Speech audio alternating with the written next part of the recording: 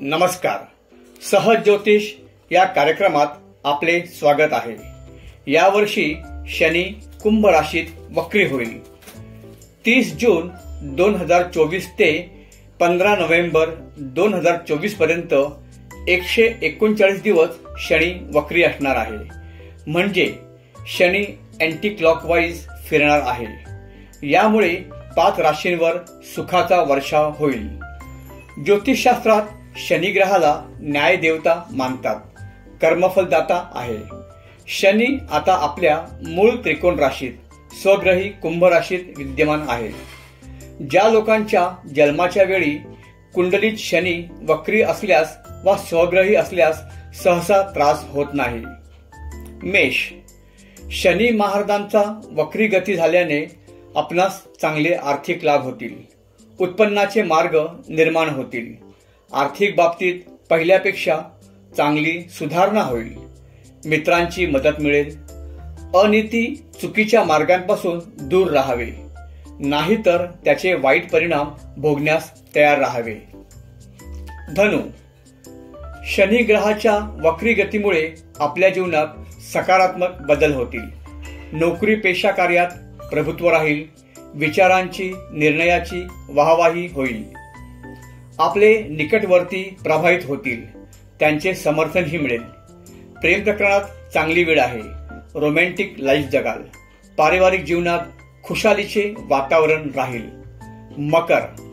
शनी महाराजांच्या कृपेने आर्थिक बाबतीत धनवृद्धीचे योग होत आहे. अचानक चांगला धनलाभ होईल. अडकलेले पैसे मिळतील. या वेळेत जे कार्य कराल वा निर्णय घ्याल त्यात पारिवारिक सहयोग व समर्थन प्राप्त होईल. कुठेही काहीही बोलताना विचारपूर्वक निर्णय घेऊन शब्द वापरावेत. इतरांनी अर्थाचा अनर्थ करू नये याची काळजी घ्यावी. त्यामुळे झालेले काम बिघडण्याची शक्यता टाळता येत नाही. कुंभ. शनी महाराज आपल्याच राशीत विराजमान आहेत व आपला राशीस्वामी ही आहे. शनीची वक्री स्थिती लाभदायक असेल. रखडलेली कामे मार्गी लागतील. योजनाबद्ध काम करण्याची उत्तम वेळ आहे.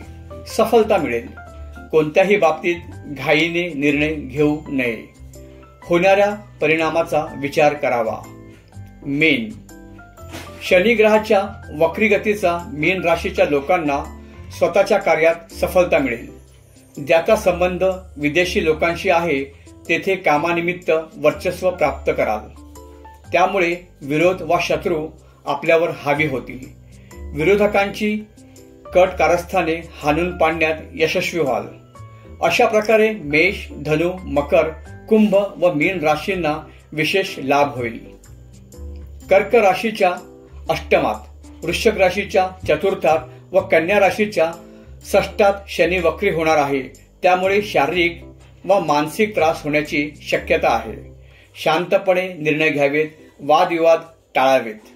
चॅनल सबस्क्राईब, शेअर व लाईक करा ही विनंती. पुन्हा भेटू पुढील भागात. तोपर्यंत नमस्कार.